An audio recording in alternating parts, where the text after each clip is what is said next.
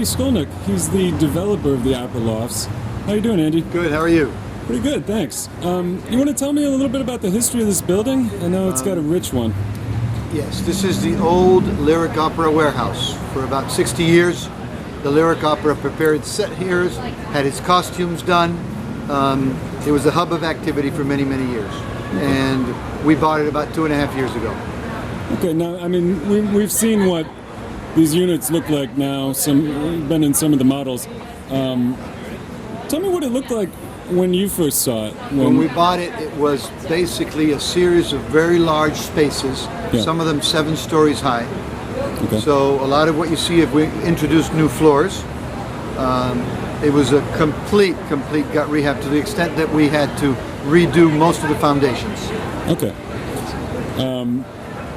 Why did you choose this place, this site over? It has a tremendous amount of history. It has a lot of what I call texture, so that when you come into the place, it has a feeling, it has a persona of itself, and as such, it's exactly the opposite from a cookie cutter building. There's no cookie cutter about this building. Every unit, there's some similarities between a few, but just about every unit is different from another one. Right. Okay. What can you tell me about this neighborhood? What do you want me to tell you? I have been in a neighborhood such as this one. I work between here and Woodlawn, which is all the way to 64th, since 1991. Wow.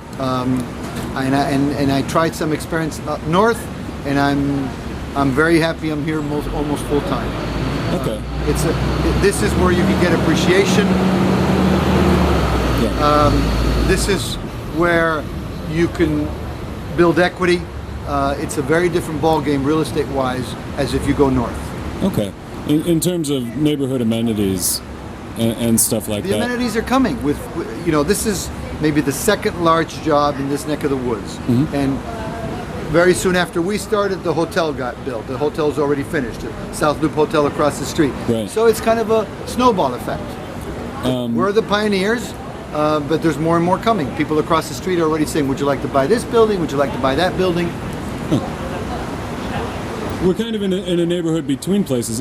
Technically it's Bronzeville, but you're awfully close to Chinatown. South Loop. The South Loop. Yeah. Which of those do you identify with most? Well, I mean, it depends where you're coming from. If you're coming from up north, it's the South Loop. If you're coming from down south, it's Bronzeville. Yeah. It's one of those tags that are difficult to pin because there's no geographical accurate boundaries that define one neighborhood from the other. Okay. As you know, the loop expands, and with it, the West Loop expands, the South Loop expands. So that's the South Loop Hotel. Are we in the South Loop? You tell me.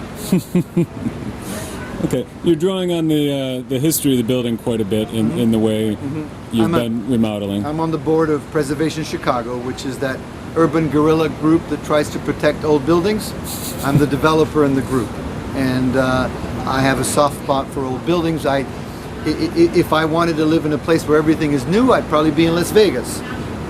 We go to Europe to travel because of its tradition and its history. So I believe, like Preservation Chicago does, that old buildings have a place in our habitat, and so I try to save as much as I can. Okay, what can you tell me about this event tonight? The Red Eye organized it. It's meant to